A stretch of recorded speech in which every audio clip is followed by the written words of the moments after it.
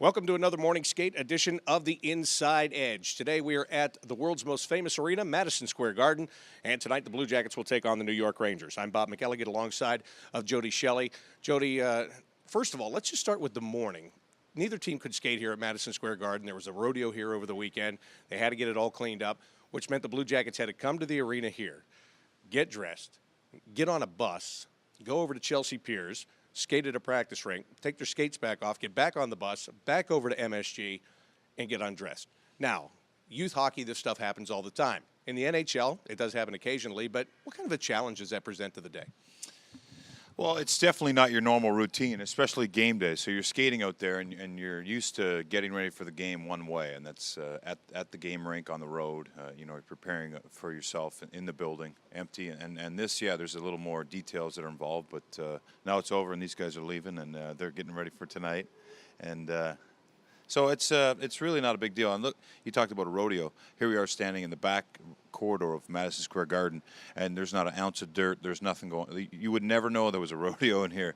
But I think the guys are now they got through it. The next part of the routine is go home and eat and grab a nice little nap, and then come back and be ready to look at that ice out there in Madison Square Garden, knowing it's where they're going to be hitting. Their skates are going to be next. I guess the way I should have put it is, for these guys, they had to go somewhere else this morning, but it's not their first rodeo. That would have been accurate, right? That would have been well played, Bob. Yeah, okay. All right, let's talk about this game tonight. The Blue Jackets, they need a bounce-back game in a couple of ways. Losing in St. Louis on Saturday night, 6-2, giving up 6 unanswered goals. That was ugly. They know it. That's in the past. Tonight, they're coming into a building where they have won already one time this year. They're playing against a team that they have a game in hand, and they're 4 points behind. So you factor all of that in, this is a huge game to wind up this road trip. Yeah, there's no question. I mean, this is a situation, again, where they're coming off a tough loss.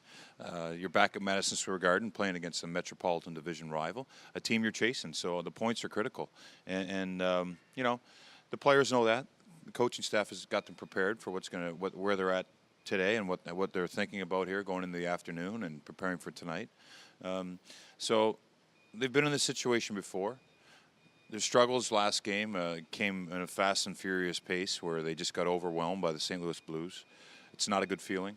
That's behind them now. So they'll look the New York Rangers right in the eye, and when the puck drops, they have to be ready and focused to play the Blue Jacket way and pay attention to detail for a complete game. They really, really need to get these points here tonight.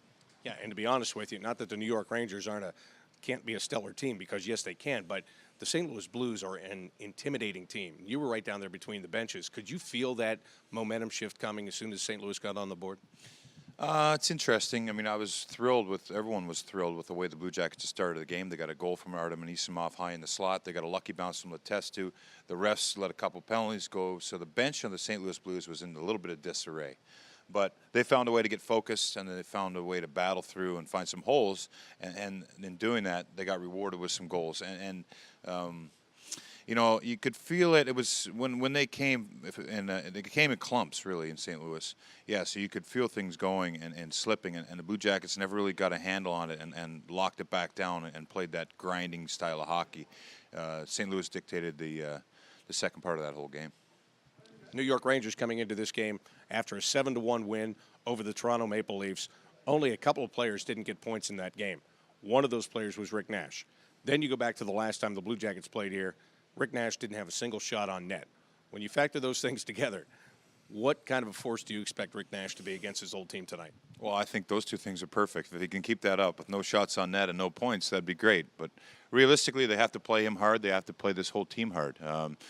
He's a threat anytime he's out there. He knows how to score, and he's effective below in the offensive zone. So they have to keep an eye on him, block shots, try to frustrate him, and that goes for their whole team. Listen, their team is coming off a feel-good victory, 7-1 the other night, and they feel great about themselves right now, and they're going to face a Blue Jackets team that once again has something to prove. So it lines up for a good dogfight here.